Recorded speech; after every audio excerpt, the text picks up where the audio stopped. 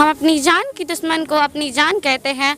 मोहब्बत की इसी मिट्टी को हिंदुस्तान कहते हैं, हिंदुस्तान कहते हैं। जो दुनिया में सुनाई दी उसे कहते हैं खामोशी, जो दुनिया में सुनाई दी उसे कहते हैं खामोशी। जो आंखों में दिखाई दी उसे तूफान कहते हैं, तूफान कहते हैं। प्रणाम आदरणीय सभापति महोदय जी, आदरणीय गुरुजनों, सज्जनों, अभिभावकों तथा मेरे प्यारे भाइयों एवं बहनों, मैं मौसम कुमारी सागर क्लासेस में आपका हार्दिक अभिनंदन करती हूँ। आज़ादी का सही मतलब वही समझ सकते हैं जिसने कभी गुलामी की हो। हम बहुत ही सौभाग्यशाली हैं जो हमने स्वतंत्र भारत में जन्म लिया। यूँ तो आज़ादी की लो 1847 में ही जल चुकी थी, जो वर्षाल बनकर 1910 में हमारे देश को आज़ाद कराई। प्राचीन, मध्यकालीन और वर्तमान भारत के उदाहरणों से मैं आपको स्पष्ट कराना चाहूँगी कि जब हम फिरंगियों के फेरे में फंस गए थे, तो रंग दे बसंती चोला के एक नारे में टोले के टोले उभर आने लगे और उसके वंदे मातरम के एक आवाज में खून में आने वाला 5-5 डिग्री का तूफान अंग्रेजी शासकों के जड़ों में तूफान ला देता था। लोग मर जाते थे, मिट जाते थे, फांसी चढ़ जाते थे, तो वह भी अपनी आज़ादी साबित कर रहे थे, क्योंकि वह उस दौर की देशभक्ति की कसौटी थी। उसके बाद 62, 65 और 71 के युद्ध में अपना सुहाग गवा देने वाली औरत के घर के हालात जब ये हो गए, तो प्यार भी भरपूर गया, मांग की सिंदूर गई। छोटे छोटे नौनिहालों की लंगोटियाँ चली गई, छोटे छोटे बेटियों की चोटियाँ चली गई। बाप का कमाया गया, भाई का पढ़ाया गया। एक ऐसा विस्फोट हुआ कि पूरे जिस्म की बोटियाँ चली गई। आपके लिए तो केवल एक आदमी मरा है साहब, आपके लिए तो केवल एक आदमी मरा है, मगर मेरे घर की तो रोटियां चली गई। आने वाले हालात पैदा हो जाने के बावजूद भी एक माँ अपने बेटे को बॉर्डर पर भेजती और उसे पत्र लिखती। माँ ने पत्र लिखा है बड़े ही चाव से, पुत्र मेरे, इसे देखकर घबराना नहीं, 1 इंच भी पीछे नहीं हटना, चाहे इंच इंच कर जाना। तब देश बलिदान मांगता था, तब देश मर जाने को, मिट जाने को, फांसी चढ़ जाने को कहता था।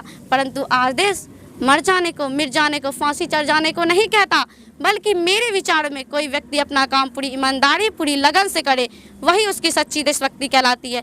मैं नहीं मानती कि व्हाट्सएप और फेसबुक के डीपी को 3 रंग में रंगना ही देशभक्ति है। अगर आप कहेंगे कि साल में 2 बार तिरंगा हाथ में ले लेना ही देशभक्ति है, तो मैं पूछना चाहूँगी, फुटपाथ पर रहने वाला वह बच्चा जो ट्रैफिक की छांव में नंगे पाँव में तिरंगा बेच रहा होता है, वह उसकी देशभक्ति कहलाती है? नहीं, वह उसकी देशभक्ति नहीं, उसकी भूखे पेट की शक्ति उसे यह करने पर मजबूर कर देती है। क्योंकि न मस्जिद को जानते हैं, न शिवालों को जानते हैं, न मस्जिद को जानते हैं, न शिवालों को जानते हैं। जो पेट के भूखे होते हैं ना, वो भोजन के निवालों को जानते हैं, अपने देश, अपने राष्ट्र के लिए समर्पण का भाव है देशभक्ति। एक देशद्रोही के जीवन में आने वाला तूफान है हमारी सच्ची देशभक्ति, ताकि हर एक देशद्रोही यह समझ सके, अगर तू फरिंदा है तो ये आसमान तेरा है, अगर तू फरिंदा है तो ये आसमान तेरा है, अगर तू दरिंदा है तो ये शमशान तेरा है। भाईचारे से रहना है तो रह इस जमीन पर, नहीं तो ये कब्र तेरी और ये कब्रिस्तान तेरी है, और ये कब्रिस्तान तेरी है। परंतु एक देशद्रोही से ज़्यादा एक देशभक्ति तब आहरती है जब एक बेटा अपने बूढ़े माँ बाप को वृद्धाश्रम की चौखट पर छोड़ आता है। कड़ा उठती है वो देशभक्ति जब मुसीबत में फंसे लोगों की जान बचाने से ज़्यादा हम सेल्फी लेकर के अपनी लाइक बढ़ाने में लग जाते हैं।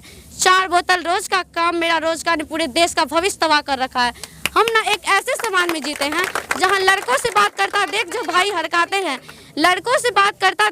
हड़काते हैं, वही भाई अपने गर्लफ्रेंड के किस्से घर में हंस के सुनाते हैं। और मैं बता दूं कि महिला सुरक्षा के मामले में हम अभी भी 4थे नंबर पे आते हैं। हम ना एक ऐसे समाज में जीते हैं जहां पत्थर की मूरत को लगते हैं 56 भोग और भूखे नंगे तड़पते सो जाते हैं लोग। मजदूर को मजदूर समझिए, मजबूर नहीं।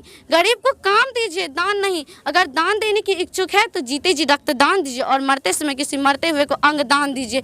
यही हमारी सच्ची देशभक्ति और यही है हमारा सच्चा राष्ट्र। न सरकार मेरी है, न रब मेरा है, न सरकार मेरी है, न रब मेरा है, और ना ही ये बड़ा सा नाम मेरा है। बस इतनी सी बात का गुरूर है मुझे कि मैं भारत की और ये भारत देश मेरा है, और ये भारत देश मेरा है।